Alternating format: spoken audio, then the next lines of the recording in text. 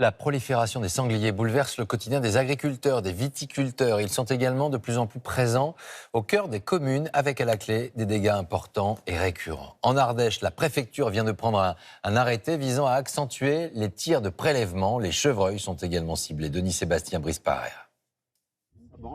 Ils sont de plus en plus nombreux. Il n'est pas rare de les voir à proximité des villes ou dans les villages, de nuit comme de jour.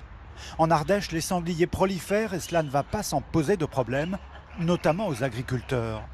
Chaque matin, ces éleveurs près de Saint-Péret font le tour des dégâts sur leurs parcelles. Là, cette nuit, ils sont passés, oui.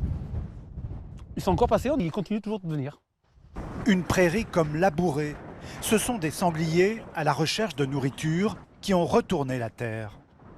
Là, la parcelle fait 3 hectares et il y a au moins la moitié, 1,5 hectare qui a été détruit par les sangliers.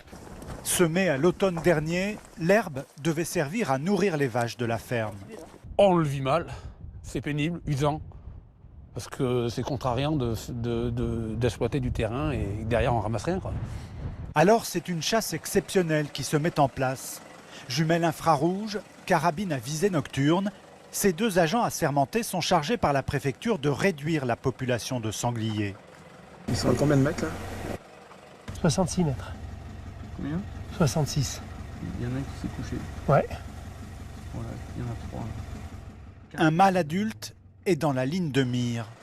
Dans un bois, avec une difficulté, l'animal est en partie protégé par les arbres. Je l'ai pris. Premier tir sans succès, mais quelques mètres plus loin, dans un champ à la sortie de la forêt, un deuxième sanglier. Le tir cette fois a atteint sa cible, l'animal est mort sur le coup. C'était un jeune sanglier entre 15 et 20 kilos qui a été prélevé. Étonnamment, il était seul au milieu de la pâture à faire des dégâts, on n'en a pas vu d'autres autour. Voilà, donc c'était un élément isolé qu'il fallait retirer.